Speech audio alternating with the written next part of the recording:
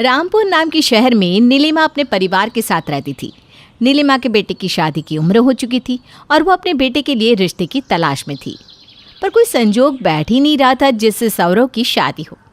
ऐसे ही रोज़ की तरह नीलिमा पूजा करने मंदिर जाने निकलती है।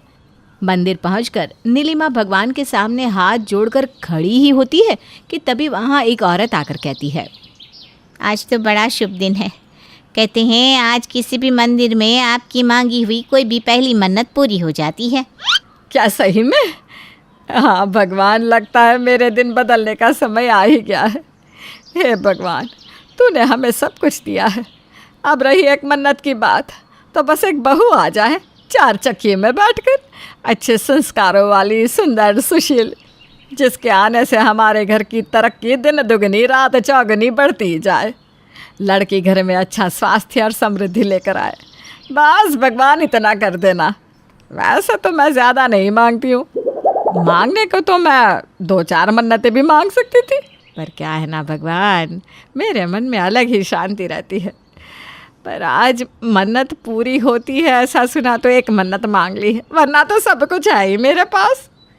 नीलिमा ये सब कह रही होती है कि तभी वहाँ पर एक औरत आती है और पंडित जी के पास जाकर कहती है, ये लीजिए भगवान जी, भगवान के आगे दिया जलाने के लिए घी, और भगवान से विनती कीजिए पंडित जी कि मेरी बेटी को एक अच्छा घर मिल जाए। परेशान हो गई हूँ, न जाने ये सबका रखवाला मेरी कब सुनेगा। आपकी ही सुन ली प्रभु ने ममता जी। अरे नीलिमा जी, यहाँ आइए, देखिए मंदिर में ही प्रभु ने आपकी समस्या का समाधान कर दिया। इनसे मिलिए, ये है ममता जी, अपनी बेटी के लिए अच्छा घर ढूंढ रही है और आपको सौरव के लिए अच्छी लड़की की तलाश है। अब प्यासा और कुआं मिल ही गए हैं तो आप लोग आपस में बात कर लीजिए। वैसे भी कल से अच्छे दिन शुरू हो गए हैं। मैं तो कहता हूँ एक अच्छी तारीख देखकर शादी का मुहूर्त ही निकाल दीजिए। और हाँ, पंडित जी के कपड़े और दक्षिणा देना मत भूलिएगा। आपने तो हमारा बहुत बड़ा काम कर दिया पंडित जी, और अभी तो आपको ही शादी के मंत्र भी पढ़ने हैं। दोनों बच्चों को आपका आशीर्वाद मिलना बड़ा ज़रूरी है। दोनों परिवार में आपस में बात हो जाती है और सौरव से शादी करके स्नेहा अपने ससुराल आ जाती है, इस बात से बेखबर कि उसके ससुराल वाले कितने आलसी है। अच्छी बहू की तरह स्नेहा सभी के लिए खाना बनाने रसोई में जा ही रही होती है, तभी उसकी सास के साथ बैठी उसकी पड़ोसन सुषमा कहती है, तेरी भी बहू घर आ गई, तब तो मानना पड़ेगा, रिश्ते ढूंढना इतना भी मुश्किल नहीं है। क्यों आंटी जी, आप ऐसा क्यों कह रही हैं? पूरे मोहल्ले को पता है नीलिमा के घर के बारे में। अरे क्या पता है पूरे मोहल्ले को कि मैंने कितनी शानदार शादी की है अपने बेटे की। चल अब तू जा, हाँ तेरी बहू तेरा इंतजार कर रही होगी। चल चल चल चल। हाँ नीलिमा सुषमा को उसकी बात पूरी करनी ही नहीं देती और बीच में ही कहती है, अच्छा बहू जा जा, तू खाना लगा। हाँ, स्नेहा पूरे मन से सभी के लिए खाना बनाती है और सभी को परोसती है। प्रिया दीदी नहीं दिख रही मम्मी जी। बहू से खाना ना उसके कमरे में ही दिया, वो वहीं खाती है। स्नेहा वैसा ही करती है और बाकी सभी का खाना डाइनिंग टेबल पर लगा देती है।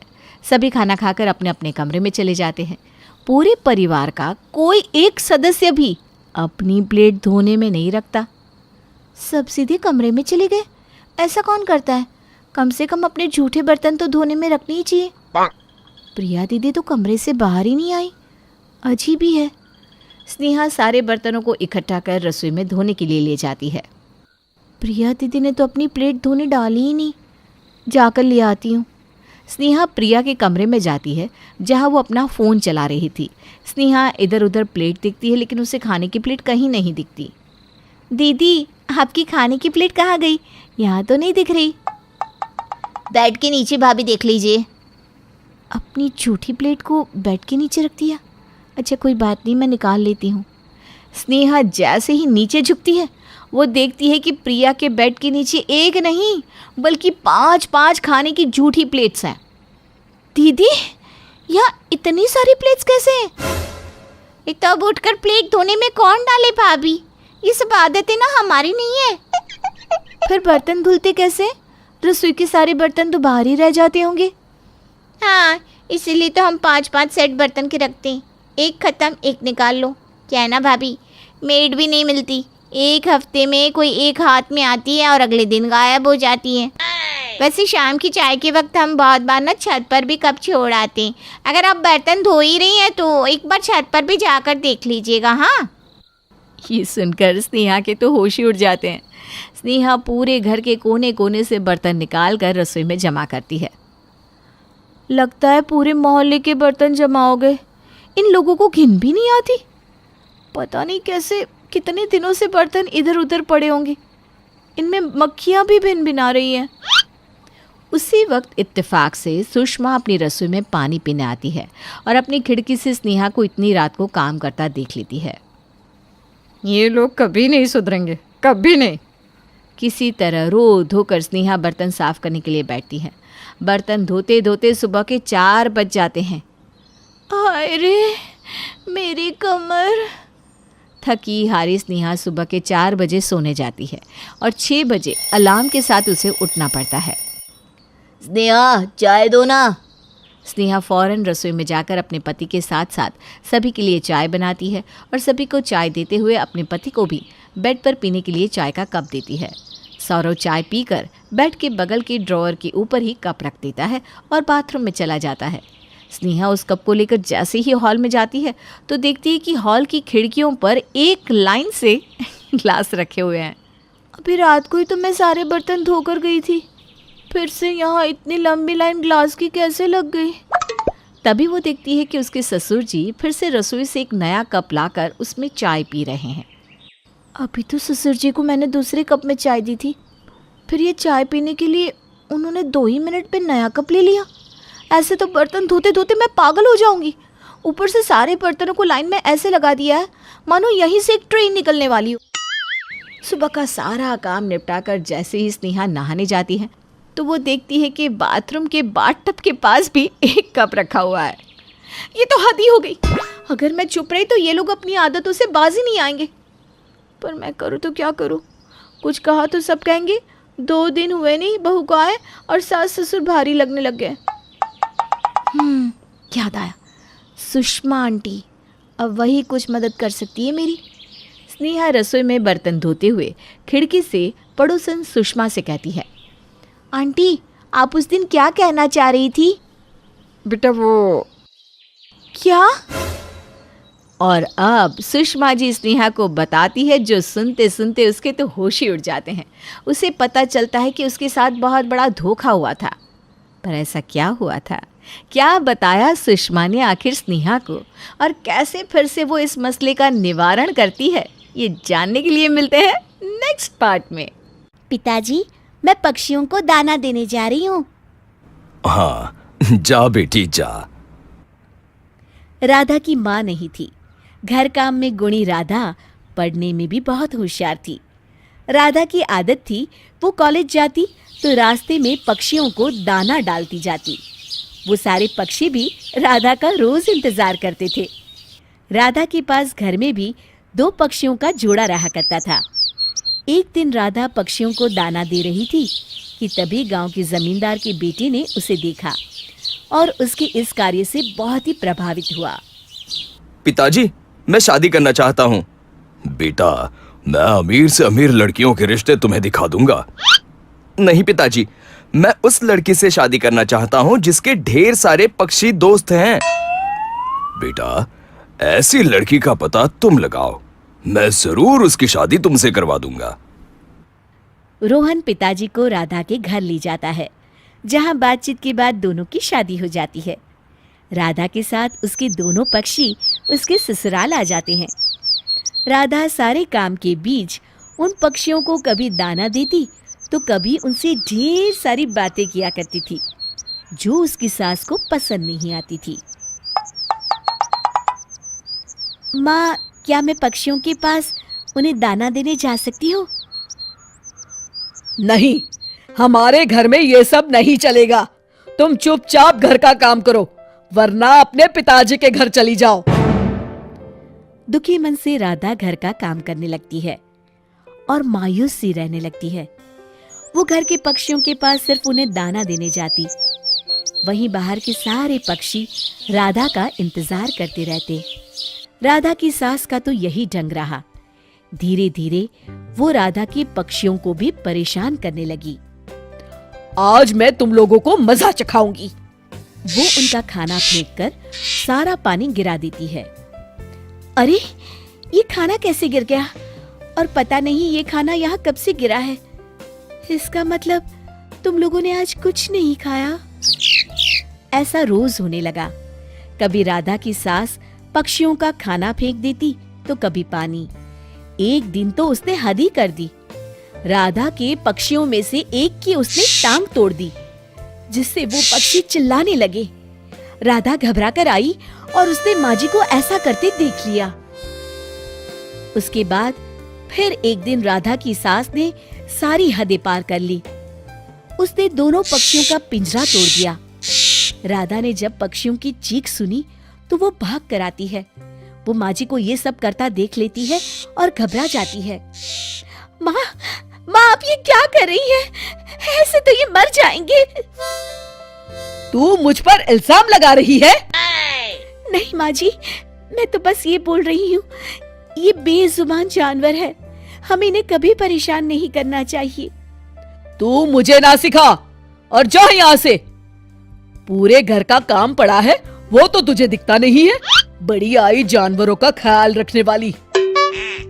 राधा परेशान रहने लगी।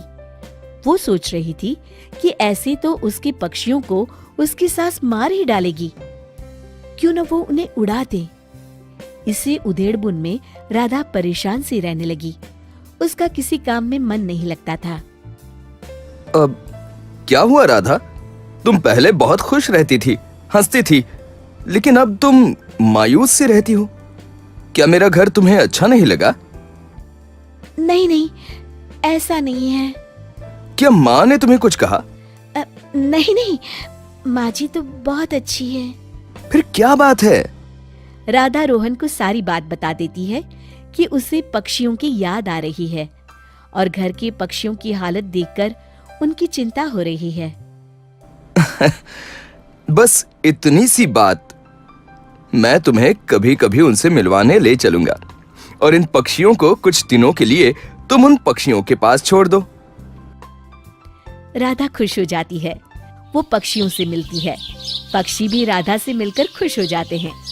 साथ ही दुखी मन के साथ पक्षियों के जोड़े को वहां छोड़कर राधा वापस आ जाती है। कभी कभी वो राधा से मिलने उसके ससुराल तक भी आ जाते थे। राधा वहीं उन्हें दाना देकर खुश हो जाती थी।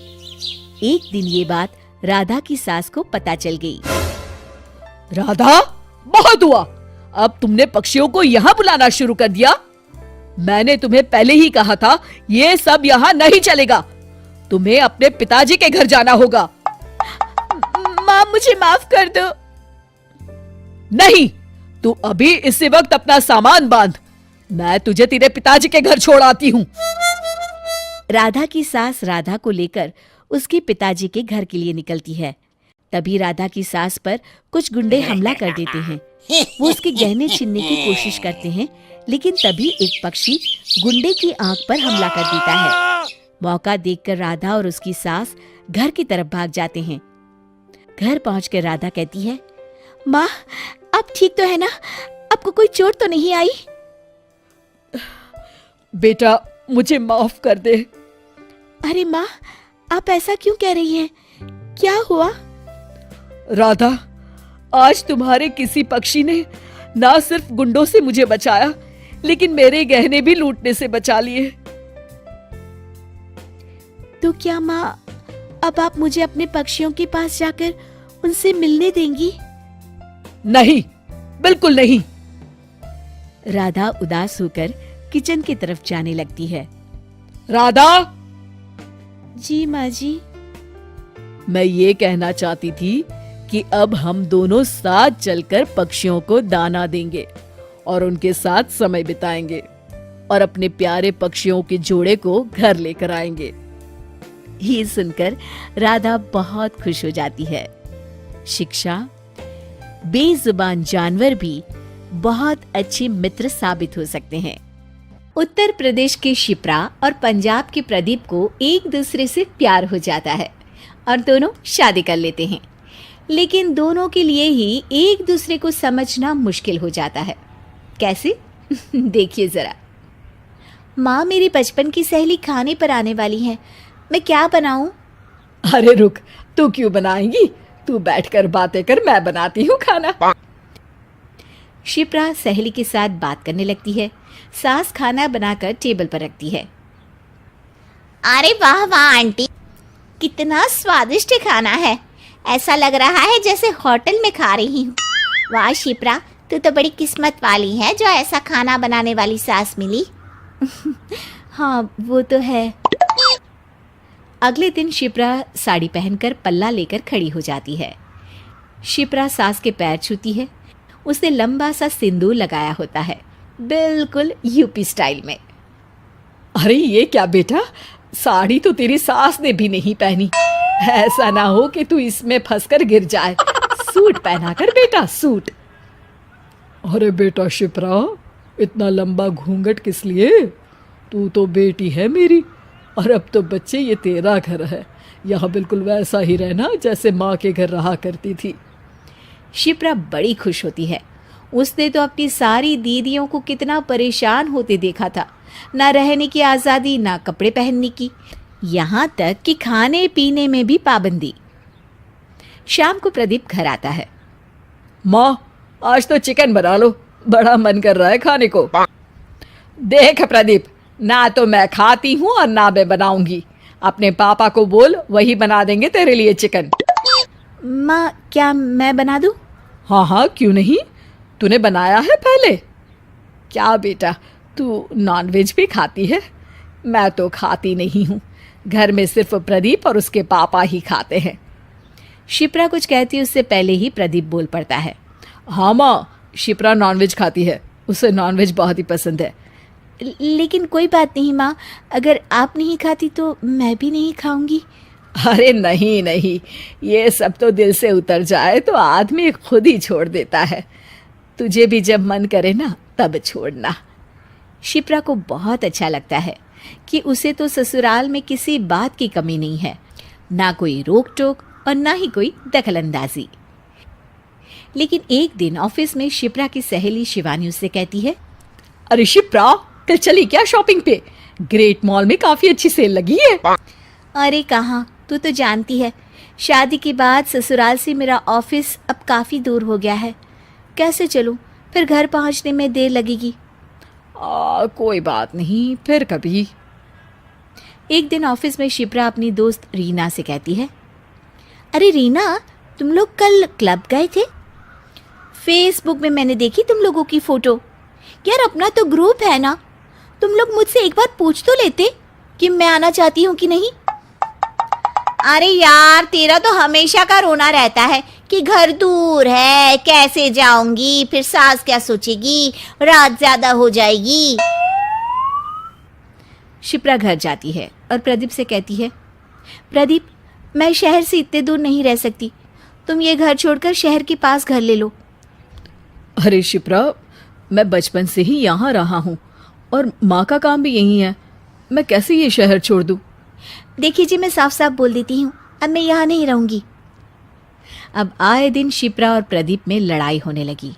एक दिन प्रदीप के पिता दोनों की बात सुन लेते हैं और प्रदीप से कहते हैं, देखो बेटा, ये तो हमारा मकान है, अपना घर छोड़कर किसी और के घर किराए पर नहीं रहा जाएगा। तुम एक काम करो, तुम दोनों मियाँ बीवी ऑफिस के पास ही अपना मकान ले लो। पर पापा, मैं आपके बिना नहीं रह पाऊँगा।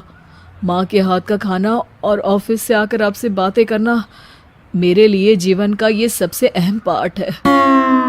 पिता की आंख में आंसू आ जाते हैं। वो उसे गले लगा लेते हैं। बेटा, जब तक तू और बहू घर नहीं आते, मैं और माँ भी परेशान रहते हैं। कुछ दिन परिवार से दूर रहकर देख, अपने और बहू के रिश्ते को समय दे।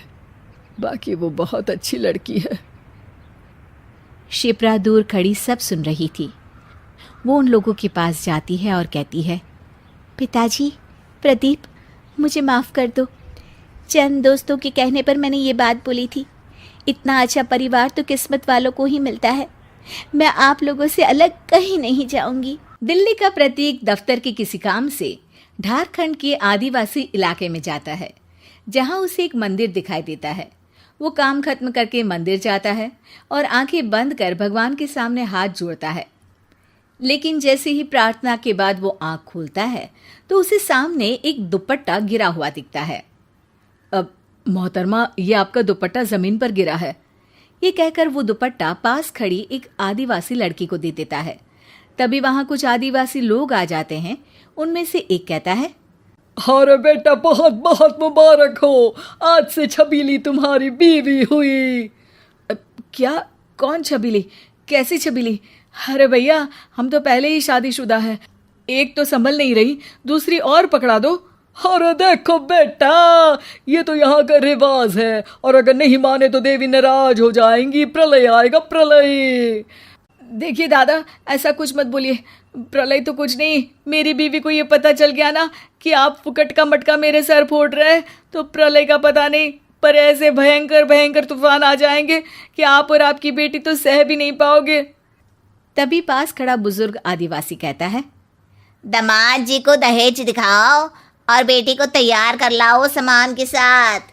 प्रतीक को कुछ लोग भाले के साथ घेर लेते हैं और अपने कबीले में ले जाते हैं, जहाँ थोड़ी देर बाद छबीली आ जाती है, जो देखने में बहुत ही सुंदर है और साथ में थाल भर भर के सोने के सिक्के भी रखे होते हैं। ये क्या, नकली जेवर? अरे पता है ना गैर कानूनी है, नकली देकर उसे असली बताना। तभी छबीली की माँ कहती है, लगता है आप काफी गरीब हो। पता नहीं छबीली की किस्मत में ये क्यों था, न देखने लायक न सुनने, ऊपर से गरीब भी निकला। अरे एक तो जबरदस्ती मेरे सर पर इसे बांध रहे हो। मुझे मेरी बीवी से बात करनी है, वही तुम लोगों को सही करेगी। हमारे यहाँ एक क्या 15 शादी मंजूर होती है। तुम्हारी 14 बीवियाँ होती ना, तो भी मेरी बेटी तो तेरी बीवी ही बनती। हाँ। प्रतीक एक तरफ सोने से भरी थालों को देखता है, दूसरी तरफ दिल्ली में बैठी बीवी का ख्याल आता है। मैं एक फ़ोन करना चाहता हूँ, प्लीज़ मेरा फ़ोन मुझे वापस दीजिए। प्रतीक बीवी को फ़ोन करता है और सारी बात बताता है। हाँ, सोने से भरी थाले, ओ माय गॉड, कितना सोना होगा? 2 किलो 4 किलो? ले आइए प्लीज़। अरे अक्ल की दुश्मन, वो अपनी बेटी भी मेरे साथ भेजेंगे, वो भी बीवी बनाकर। अरे बीवी उनकी प्रथा से बन रही है ना, कौन सा भारतीय कानून उसे मानेगा कि दुपट्टा उठाकर दे दिया तो बीवी बन गई। आप सुनिए जी, पूरे गहने लेकर आ जाइए। एक आलीशान मकान, बच्चों का अच्छा स्कूल और ढेर सारा बैंक में बैलेंस। भैया और क्या चाहिए? आप ले आइए उस रंगीली को। रंगीली नहीं, पगली छबीली। हाँ ले आइए ना, देखते हैं यहाँ पर, देखा जाएगा क्या करना है। खैर, प्रतीक छबीली के साथ ढेर सारे थाल भर भर कर सोने के सिक्कों को लेकर घर आता है, जहां बीवी प्रतीक की तरफ देखती तक नहीं है। सोने सोने सोने के गहने, हे भगवान, क्या मैं सपना देख रही हूँ? मेरा खोटा सिक्का चले गया, और वो भी ऐसी जगह जहां से तो बस रोज सोना ही सोना बरसना है। प्रतीक छबीली की पहचान अपनी बीवी से कराता है। देखो, ये शादी ना यहाँ कोई नहीं मानेगा, क्योंकि तुम आदिवासी हो और यहाँ का कानून अलग है, फिर भी मैं तुम्हें यहाँ रख सकती हूँ। हाँ जी, मुझे इन्होंने बताया था आपके बारे में, लेकिन मुझे भी कोई परेशानी नहीं है, क्योंकि मेरी शादी खुद गुल्लू महाराज ने कराई है। गुल्लू महाराज? तभी प्रतीक कहता है, तुम दोनों आपस में बात करो, मैं सोने जा रहा हूँ। प्रतीक वहाँ से चला जाता है। मैं भी सोना चाहती हूँ। अरे रुको तो, पहले ये जो गहने पहने हो ना, वो सारे, और ये थाल में सोने के सिक्के हैं, ये सब मुझे दे दो, फिर जहाँ मर्जी जाओ। हाँ, ले लीजिए ना, इनका मुझे क्या करना है। अब बीवी का पहनावा ओढ़ावा बिल्कुल बदल जाता है। साड़ी से वो जीन्स और फिर वन पीस पहनने लगती है। और छबीली, प्रतीक जी, आपको खाने में जो पसंद है मैंने वो टिफ़िन में रखा है, ज़रूर से खा लीजिएगा। देखो, ये सब करने की कोई ज़रूरत नहीं है। आ गई मेरी। वो बीवी को ढूंढता है, लेकिन वो दिखाई नहीं देती। फिर प्रतीक ऑफिस चला जाता है शाम को। अरे छबीली कहाँ हो? तभी प्रतीक की बीवी सामने आ जाती है। क्या बात है प्रतीक, तुम छबीली को क्यों बुला रहे हो? अरे सुधा, छबीली ने आज जो खाना बनाया था तुम सोच भी नहीं सकती। मेरे साथ जो लोग खाना खा रहे थे वो सारे पागल से हो गए। वो सब खाने पर आना चाहते हैं। कल बुला लूं क्या? अब हाँ बुला लो, छबीली और बना देगी। मैं भी तो देखूं ऐसा क्या बना दिया उसने। अगले दिन प्रतीक के ऑफिस से लोग खाना खाने आते हैं। छबीली को देखकर पूछते हैं, अरे ये कौन है?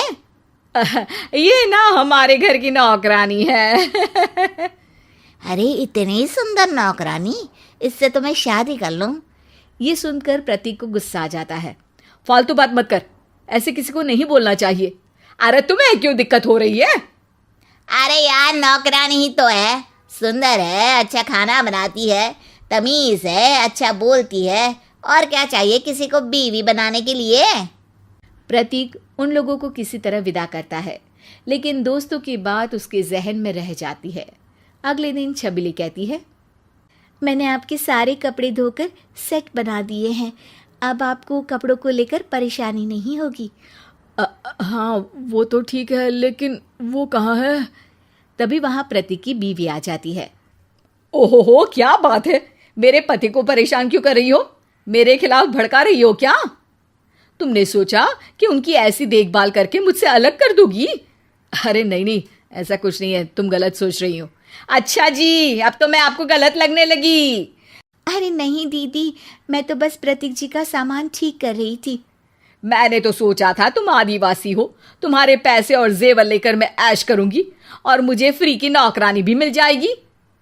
दीदी, मैं आपकी जगह होती तो कभी भी पैसों के लिए अपने पति का समझौता ना करती। बाकी बात रही नौकरानी की, तो मैं अपने पति के लिए ये सब प्यार में कर रही हूँ। इसे नौकरानी कहते हैं तो वही सही। अरे सुन, प्यार तो वो सिर्फ मुझसे करते हैं। तुझे भी लाने से पहले उन्होंने मुझे पूछा था, समझी?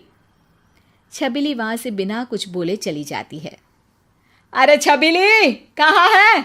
सुबह से एक कप चाय नहीं मिली। अरे सुनो, मेरे कपड़े और मेरे मोजे कहाँ रखे हैं? अब मुझे क्या पता, नौकरानी हूं क्या मैं तुम्हारी? नहीं पता मुझे। अच्छा सुनो, आज खाने में क्या है? कुछ नहीं, अभी जुम्बा क्लास के बाद मुझे वॉक पर भी जाना है।